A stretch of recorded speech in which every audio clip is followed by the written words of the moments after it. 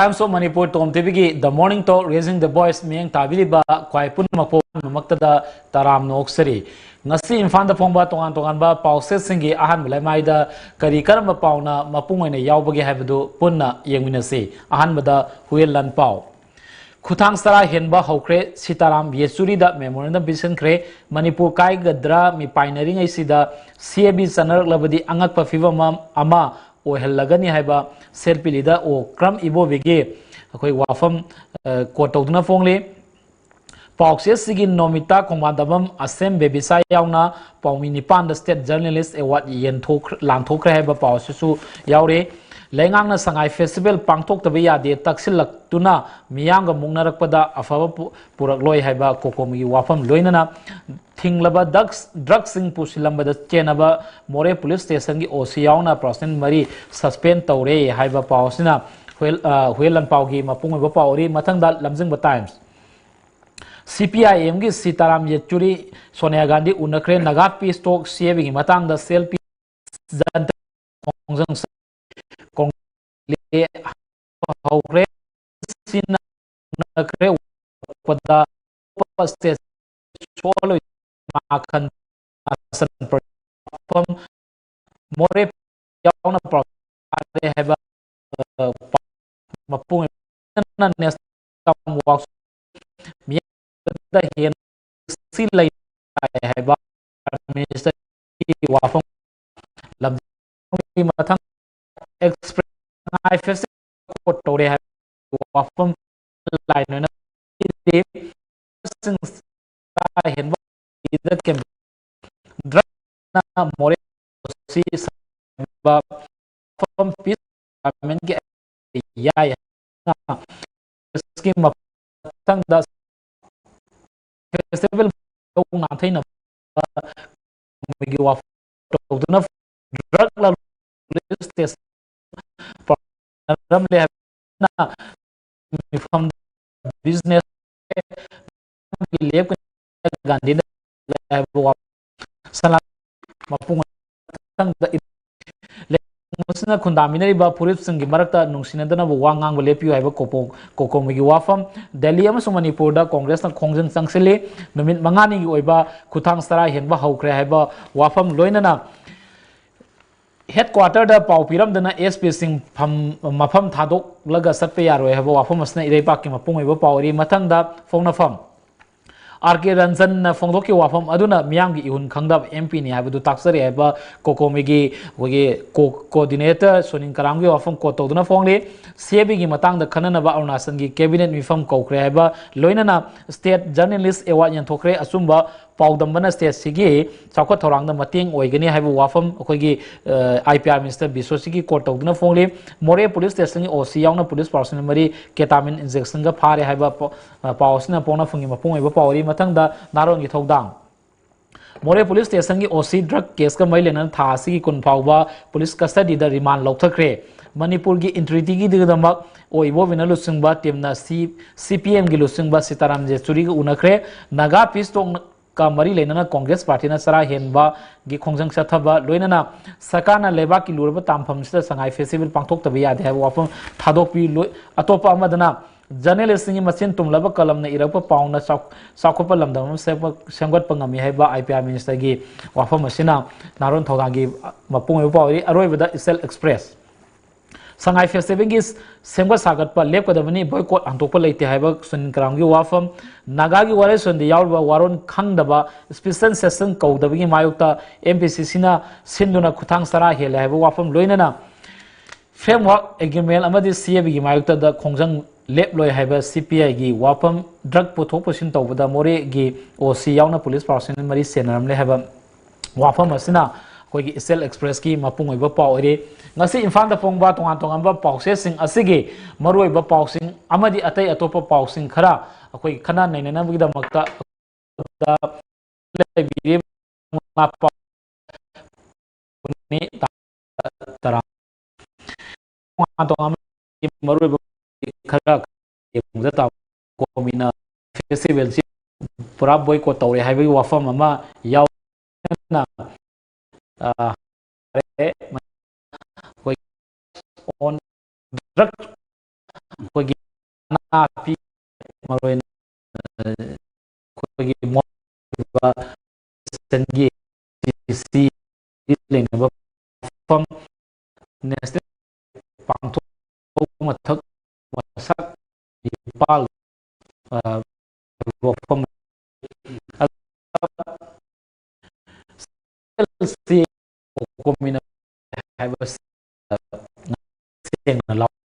ꯀꯔꯤꯒꯨꯝꯕ ꯊꯤꯡꯕ ꯐꯦꯁꯇꯤꯚꯦꯜꯗꯤ ꯃꯇꯨꯡ ꯇꯥꯔꯛ ꯍꯥꯏꯕ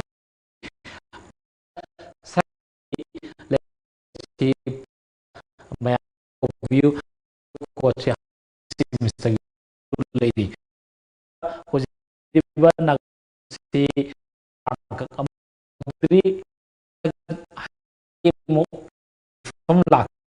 ꯋꯥꯐꯝ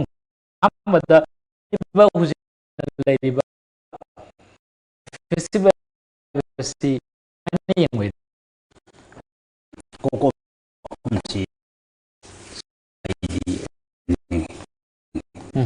ꯅꯨꯡꯉꯥꯏꯕꯗꯣ ꯂꯨꯔꯕ ꯗꯥꯝ ꯀꯨꯝꯍꯩ ꯅꯨꯡꯉꯥꯏꯊꯣꯛ ꯍꯥꯏꯕꯅꯤꯀꯣ ꯋꯥꯍꯩꯅꯤ ꯃꯃꯥꯡ ꯁꯉꯥꯏ ꯄꯥꯡꯊꯣꯛ ꯍꯥꯏꯕ ꯋꯥꯐꯝꯅꯤ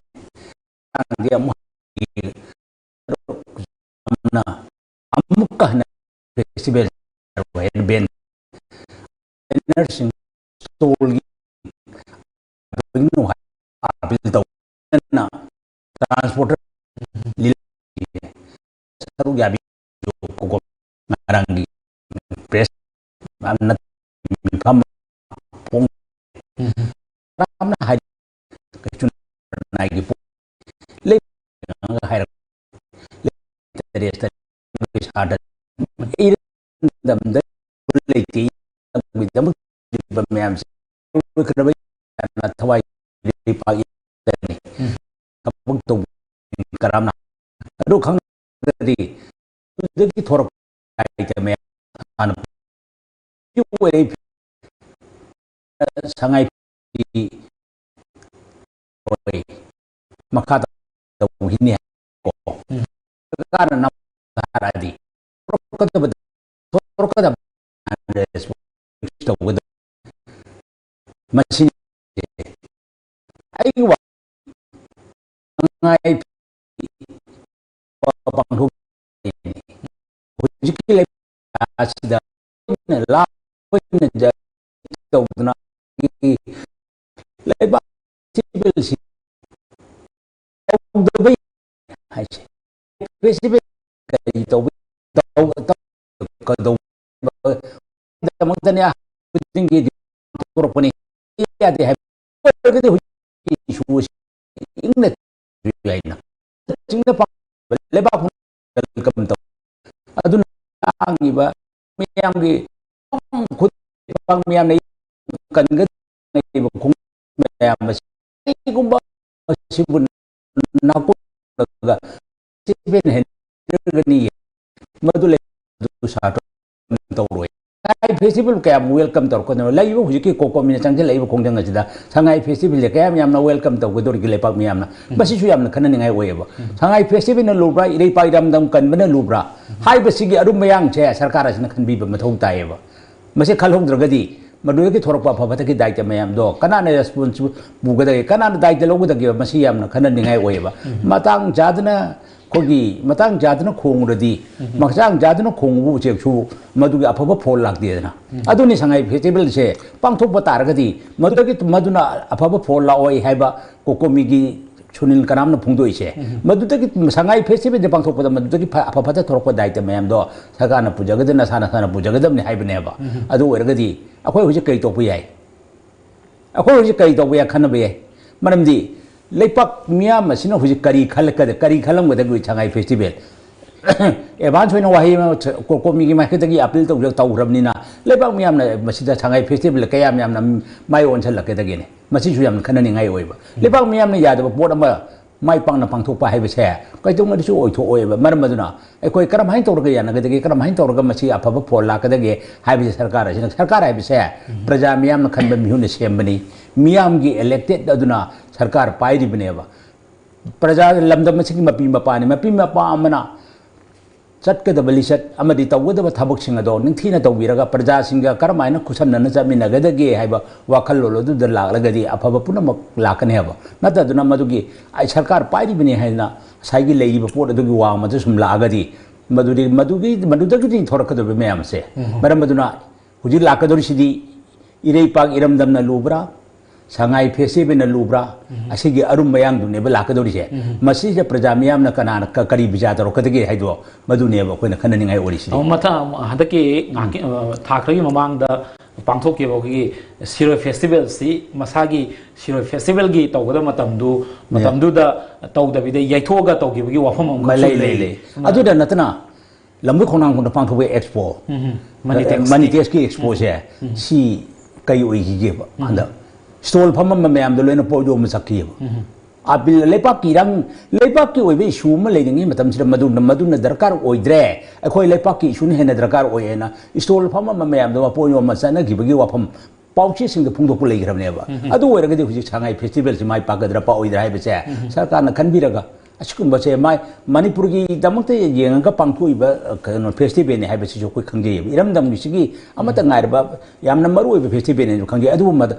मफम चार मफम मतम चाब मतम अमदम पांथोकपदि करी काइगे सिंदैना हाइजरिसिना करी काइगे मफम मतम चाब मतम अमद प्रजा मियाम की कोऑपरेशन गलबने पांथोकपद करी काइगे हौजि लेपा असिगी ओइरब लुरब तंजा अमने मांग तारिसे हौजि अखोगी मांग तारिसे लुरब तंजा अमने मरबदि कइरो लेबाग से इशू कया थल्ले हौजिक्ति armed forces special power act 1950 मदुगी मतुंगदा सिटीजन अमेंडमेंट बिल मदुगी मतुंगदा इंट्रिगिटी वाफम टेरिटोरियल इंट्रिगिटी वाफम इशू मयाम सिना मथंग लियंग लेरबनेबा हौजि लेरिसि मु टेरिटोरियल इंट्रिगिटी वाफम से सिगी चरांगनबा मणिपुर की काचिन कोया खुदिमक्ता मियाम पुनमना इरेपा इरमदम कनगदमे हाइब खोंजों जंगसल लेंगेम सिंग दौजिति पार्लियामेंट की निंगथम मिफमगी बिजनेस ता सिटीजनशिप अमेंडमेंट बिल यावरे है नंबर 16 या मसी योंगोब मसीना करी ओइरकदगे हाइबसे अदुना हुजि तोहान बा अवांग पोलमदंगी राज्यसिंग ददी मेघालय जगदि ngarang हानगी चीफ मिनिस्टर मुकुल संगमाना का लुचिंद्रा ngarang दी कोई रिले के चतना प्रोटेस्ट होरेबा अदगी अरुणाचल की फम पांथोक्तना पौरे अदि पेमा खंदुना हाइख्रेने नागा की वारोसिन पोरपदा अतई स्टेट सिंग द सोहन यारोएबा यामना फोंगना ओपनली ओइना चैलेंज तौरिएबा अदु येंबिउ अदगी अतई असम दा मिजोराम दा करी ओइरकदगे हाइबसे मसी येंबिउबा मसीना ओइरकदोरिसे वाथो अमदगी इशू अमदा खोइसे यामना लुरब तानफम अमदा लेरेबा हौजिकि टेरिटोरियल इंटीग्रिटी वाफम मसीना लेपाक मियांगी पुनिंग दलांगतनबा मचाउना लेरिंगे सिदा सिटीजन अमेंडमेंट बिल से अमु लाक्सलगदि खोइ करी ओइगदगेबा अखोइ लेपाक मियाम मसीगी पुनिंग फाथबा ngamgadoriब्रा मसी फाथबिनबा हाना होनबियोबा कुमै इरांग तौबगी महत्ता अखोइ कनो सांगाई फेस्टिवल तौची सांगाई फेस्टिवल तौनो हाइबनतिको मफम मतम येंगा तौबियो हाइबनि मफम मतम येंगा तौबियो सांगाई फेस्टिवल हौजि ओइरिबा लेपाकी इशू सिदा सांगाई फेस्टिवल तौदबा यादे हाइब लेब्रा सिंदे हाइन तमो मरसिदा खोगे गवर्नर नागालैंड की गवर्नर ओइबा आरएन रवि इंटरलोकुटर ओइसिना स्टेक होल्डर सिंह अदेगी सेंटर की लुसिंग सिंह हाइसि वारोसन पोरक्ट्रेंगे ममांगदा खुयक पिनरिंग ममांगदा स्टेक होल्डर सिंह उनगनि आइबो फॉर्म सिंह मिनिस्टर सीएम उनगरे अतैले ये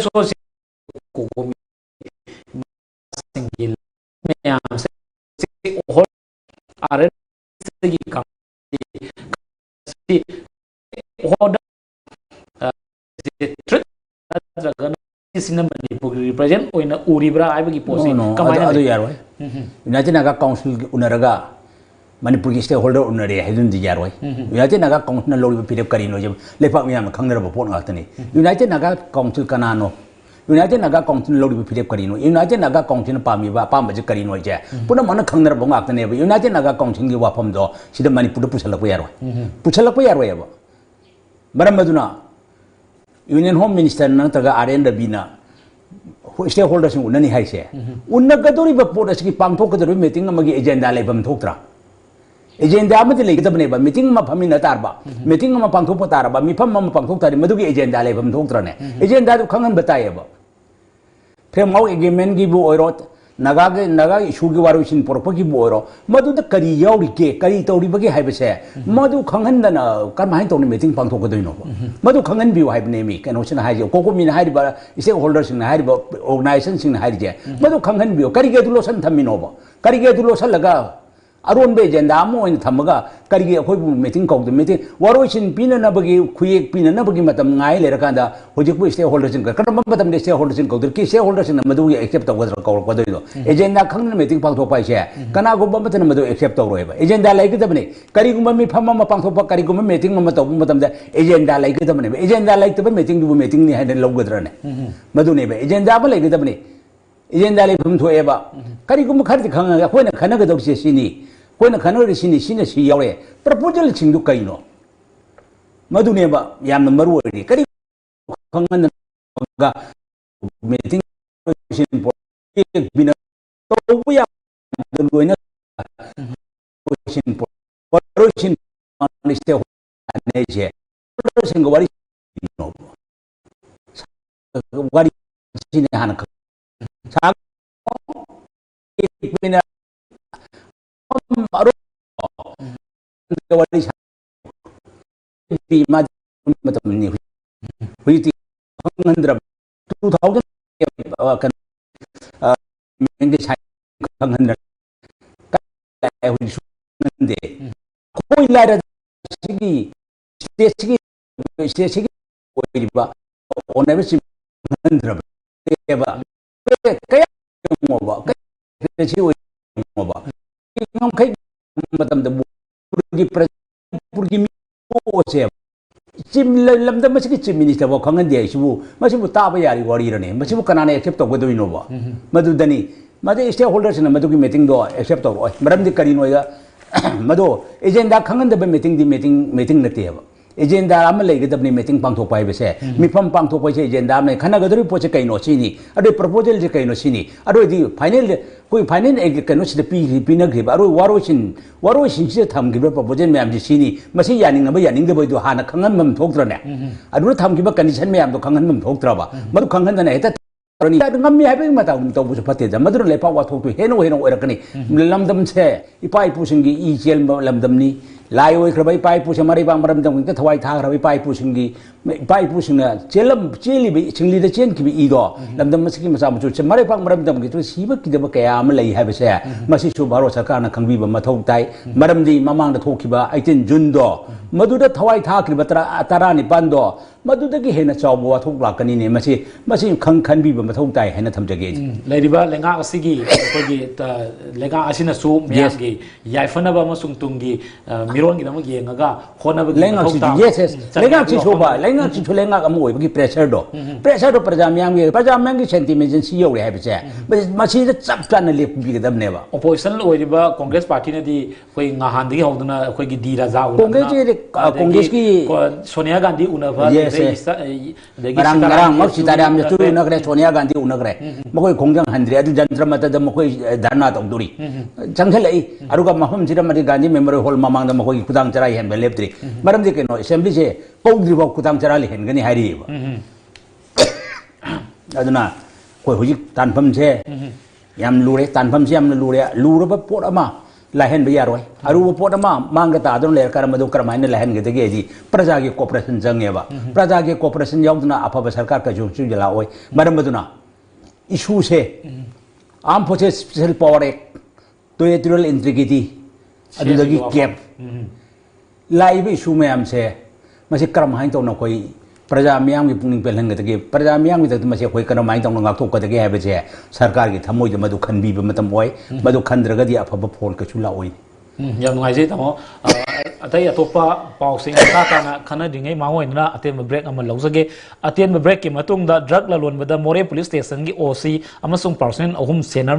सेनरमले हाइबगी वाफम लोइनना नेशनल प्रेस दे कम वर्कशॉप पांगथोक्रे मियाम दा पाउ पीबदा हेन एक्यूरेसी लेना पीब मथौ ताई हाइबा आईपीआर मिनिस्टर टीएसबी सोर्स की वाफम अमुक नेनेजगे अतेम break अमतंग लौजगे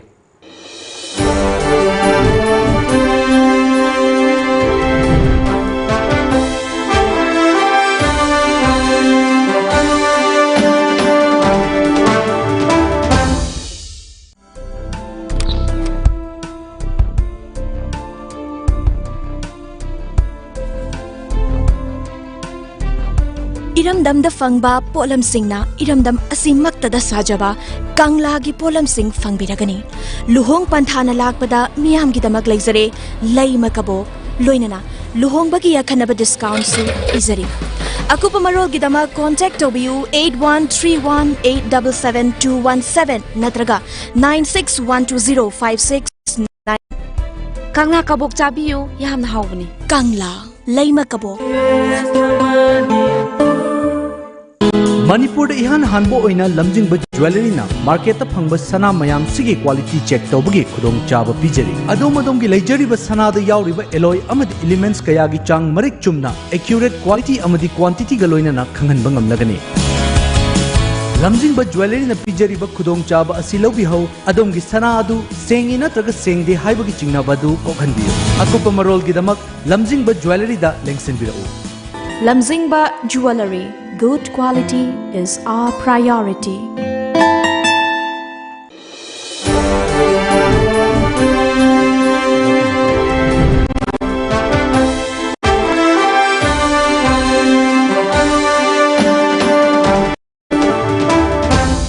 Break ki matungda amukana taramnoksari makatana tamo yamna tabada ngakpa haigadra aduga yamna nokningba haigadra matam amada khoigi mori gi police outpost asi khoi drug ki mayokta yamna akanba thora khoi mayokta lepa me haidana khoigi manipur sarkar na ibetare best police station gi award si october trama panda fasemar daga pangtokpa gi thorama khakta lanthoki bagi ko saktam si mayamna loina khangna khrel amadi una khrawa wafam ni mara asida hosi hosi oiba ओसी असिना लुसिंग बत्ती mama खंगना पैसा खरगे हाइगद्रा मागी advantage हाइगद्रा कईगुम खरदगी लिलोंगगी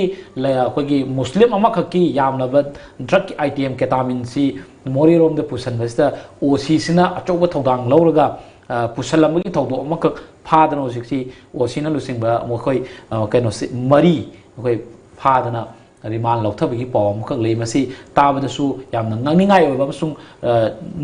nongningai oiba wafam khaksu leiri sarkar gi yamna responsibility leiba department amagi lusing ba amakang na haiba tare police department gi masinaga sumaina drug la lom daga sena dra masam yorom basi tamo ahmad kamani yengba aduga police gi oiba moral si kadom da yengba ya kitang ayu yamni kaini ngai ni da mamang da su drug la lon ba adi crime tongan ba crime sing break encounter yong na police chain na bagi wathok mayam am leigre ba madu karam chain na police na do karam madu lengang na praja miyam khang na karam badan di pi rage se masi ju wang man hoji lai bo ham ji kai yam police yam ni kai ni ngai ni khwai ji phaba police station ne na mana phangraba station amada OC yauna police miwi khare ASI ma driver adi he constable ma yauna drug la lom bada chenare haibagi wathok sida phar ga suspend tawri je hojiti madu na thok yar roidna hojiti police custody remand ju lore ya nando ikai draba police khanba matam da koi screening thina tawdaba matam gi kari de yenga police khan gi bnoi je puja mon kan madu haidong ningre madu haidok ba phajada bo pham neba police khanba matam de screening thina tawdaba moral yengdaba mai character yengdaba karai de hori karai de no haibse nin thina mamata na police khanba matam de screening to hogdaba gi dos ngak taneba matam dura mai wonse ani chuba mai olom de yengiba ani chuba mai on sidi mayam na khangnar ngak tari karamai to ni yengi no haibdo madu dagi lai thoi ba ngak taneba sarkar gi tolob chadna leiriba police officer amana karigino amta hau yabra yenge to borongoni maichi amta hau yarbra yengage ne to borongone ba haure dino hojiti haure hojiti henkap challe haure ba he hauba amta hau yabra tolob chadna leiriba ma amna sumai to dina drug killer lom daga yorom ye chu taba yari ba wari rom taba yar police department chu kari to na leiri ge police department ma chigi masi sumba je makje nga sida wora moi ngarang da wora moi ba masi tawri ba mem se mase mamang da ba kera hanna tawr mane ba mamang da kera hanna hura magi tara ni ma pugi no mai na no pharak pune ba mamang da kera hanna tawr mon ge sigi senda lambi se aduna asuk ma police khan ba matam da khoina kamai section ge police kin ni thina to bitai screening thina ta hogdabagi dos ngak tane ba ambarom da baje karamai tawna police asuk moral fataba character lose hoy ba mayam se kram hain to police khala inoi sine mayam ikai ningai odidi police department su male rim se machi atai juler mo haningai le bunti ne atai juler mo haningai le bunti ba mamang de su karak thokram ni na ba haja ningai oirak tre ba bar banduna sarkar gi tolop chari ba police officer amana bo drug la rom le chi nei gai si ta ba yam ni kai ba machi di lepak miyam khana dandi pi ho buna phagani matung da mo handa sumbat mayam je thok tana ba ko lepak miyam khana dandi pi ho buna achum bo oigani logi chana pathap da mase kari dandi pi ge de ge jo sakana khanba mathok tai natragadi police department se nong nong ge model cha darak tana lepak miyam thajar oi ba police department kai to gi ge hang ane ba police department gi esime mudrak lon ba chiro police department gi esime si drug lon bolum chakra ne ba aduna drug lon ba arigi nisha chaba nisha adagi nisha yo mayam phagat lo hoina leiba department amna dag la lola mega hai sidi ko prajamiyang wi yekna bani prajamiyang gi mayok thabak to bani police department gi mayok ka thabak to bani asugum matrilem na thabam thokte maral gi matung ila tab dandi pidra masi lebak miyam khana tab dandi pi bam thoi hain thamjake tamo atopa amadana khoi ngarang asi national press di pangthokrem india pumba da oina manipur gi so dipr manipur na national press di pangthoktana khoi gi akhanna ba khoi pau ibasingi paumising paumini pang da haibadare sida khoi state journalist award pidana ikai khomna bu utkre loinana workshop makhak su pangthokre thorom da ipr minister bishosina phongdok wafam sti pau miam da pau piba matam da tangba matam da accuracy leiba ana wahi amakha yawi minister gi wafam sida lei film si kamaina ko yembe ya minister phongdoi wafam accuracy haibasi hujik lai ba ko manipur gi journalist ki ko gi thabak sida mahagi wafam sina ekoi da kari paujen piba gi kita haibyo masi kaino ni ipr minister th bishwajana phongdoi si accuracy si wahan thok yamre paudam piba matam da chap chaba hum du khangaga piba aruga paudam piba matum da na koi na natraga na bhamna sagatlaga natraga imagination work to ganu haibani chap chaba hum du thambiu haibani chap chaba hum du thambiu journalist amagi sana pathapta adune haise adu yam phajabo hum ni accuracy haibase accuracy haibasi yamna accuracy haiji artji yamna leigre di tongan bo hum hanbi ai haijariba adu mana halisidi mana phongdok ning wa hum sidi kanoni journalist amok oina pau piba matam da yamna chap chaba mong marin tana khanga kanda pau pibiu haibani maduna lepa asigi miyamgi afabo oigani haiba potuni thama ise pamne masi kanoni prajamiyam danate journalist da appeal tok jabani yamna pabo wafam ne thamjage matam silo shala paglo na aroi boina among rang si congress baban da pangthokpa khogi relay hunger strike ta khogi spokesperson su oiriba the veteran politicians o joina phongthok ki wafam da hanaki mprk ranjan na wafam kara koi media gi through the phongdorok basi yamna unmature wafam amakak ni haibagi o joigi wafam kak thammi laiba leibaki lurba tampham asda MP amana phongdok ki basi matang sadi haibi wafam sumang na thami loinana laiba MP amana mahangna strict ta thokada bana te kan haibi wafam si yamna criticism oina ojoina phongthok wafam amasule laiba films da MP na phongdoi wafam si ekoina kamaini yengbe yamna phajar wafam ni veteran politician ojoina phongdoi je MP na lubra pham na lubra naire pak naram dam na lubra haibido saying to haijabani immature ibn haibdi masiha atayam chawre immature haibni wakal then ba mioi amagi wakal ni haibni ego leigano haibni ego leigano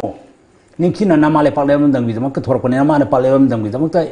represent tawri bani adu ekati namale palam dam ga nangi pham du kanan hen luge natragana sarkar pai bin hedan sarkar gi makha da sarkar adu kankhatna wangang budi tawunu haibni harise parliamentary proceeding den thina kham haibni parliamentary politics to madun thina khamna chapiu haibni kwaidagi hena kanona veteran politician sina harise di MP amu oina nare pangnaram namga MP gi khamdu ka kanani luge ane mawang chapchani yenga thabak taw haibni machi phajar wa bani ar ko komini jo haidi dina ngang thokki wa pham duri madu condemn taw hena ko komini su chauna phongdok pulei gre na ko komini su igo to bigano matung da mhana ngang be roi haiba ko komi wa pham ju tham gre ba miyam gi ihul khang thabu miyam gi ihul khang thabak taw dragadi kari oirak pu yai miyam je मियाम ji line खनगनु हाइबनेबा मियाम दगी होरे बि इहो मयाम जी मियाम गिनेबा मियाम गी इहो लेदिंगे मतम सिदा ngangthok ki wafam am soibe मीने सिबे से चिंद सिबनी ने सन्ना सासु छाउ जिं सिबे सिं सिदा खोंबुन दे सियैबा पाइ पुइ प्रमाण लेदिमनेबा चिंद सिबने से ngangthoi वादुना नि चोपे ngangthoi वादुना ने बंगारा मियामना ओजोइनागा सिरि वेटरन पॉलिटिशियन ओजोइनागा अदि कोकोमिनागा कंडेम तौरिसे करिगी तौरि आइना ngangthok ki wafam de सोइबे दगिनेबा wafam je ngang सट पताय wafam je ai kari aina ngang Lepa मियाम की वफम ओइब्रा लेपा मियाम की मायोक तो ओइब्रा हाइबसे करिगी खंधदिनो अदुगी एग्जामिन तोंगमदि करिगिनो राजनीति तौबि सिंचिना राजनीति गात खल्लगा तौबक तबु यारोयबा मरिपा मरमदम का राजनीति कनाने लुगे राजनीति हेदुदी राजनीति ने इरै पाग इरमदम इमाले पाग सिदि सिदगे न लुब लेते लायो खरबत अथौबी कयाना थवाई थाखिबदु मरिपा मरमदम की गाक्तने मदु खल्लगा थबो तौबिओ एमपी अमो ओइना लेपा मियाम की दमते लेपा मियाम था इन मणिपुर लोकसभा दा एमपी अमो ओइना लेपा मियाम की खुनम पीरगा थागत खिबने अदु ओइरगदि लेपा मियाम निंगिबसे करिनो लेपा मियाम न चलिबा अचना करिनो लेपा मियाम न निंगिबा पोचना कदाई फावबे सेंटिमेंट यौरग करम सेंटिमेंट लाइनो लेपा मियाम की कनोसे पुनिंग जे क्राय यौरगे से मसे खंगना वांगा होदी मदुदी अफबा फोल लाओयबा मदु अफबा फोल लाओय तुंगदा अमहना तौबिगनु तुंगदा अमहना ngang यारोय हाइबने कोकोमिना हारिसे मसे यामना फजरबो वानी राजनीति तौरिबा सिंगसि राजनीति की लीडर अमदबो सुमाय तौना परा तंबी मथौ ताब्रने तौ मथौ ताब्रो इरै पा इरमदम आइगी फम कनानु लुगे न फमदगी दि मे इरै पा इरमदम न लुई हाइबदो मदु खंगना चलु हाइबने मदु खंगना सत्रकाददि चोपा नंगनी हाइबा वाफम अदुगुंबनि थमइसे मरम मदुना कोइ पुनमना राजनीति तौरिबा पुनमनासु खंगदबदि राजनीति तौरिबा आइगी दोलदगी आइगी फमदगी इरै पा इरमदम न हेन लुई हाइबसे मदु खनबियु मदुनी मसा कोइना थमजनिंगिसे मदु खांद्रकांददि मीना सिबसे चिंद सिबने हाइबसे मतम पुनमक्त निंखंबियु सिने yan ngaise ngasi nomada phongba tongan tongan ba paukse singi ahan mulai mai de yaw ba marui ba pauksing loina na atai atopa pauksing asigi matang da tamogei ba wakhalon khara phongdok pi amgida ngakoi letna thagat pa phongdok sari ngasi ge oina di tom tv na kudon tamjaba the morning talk raising the voice mieng tabi ba khwai punamakpo amukanna khurumjari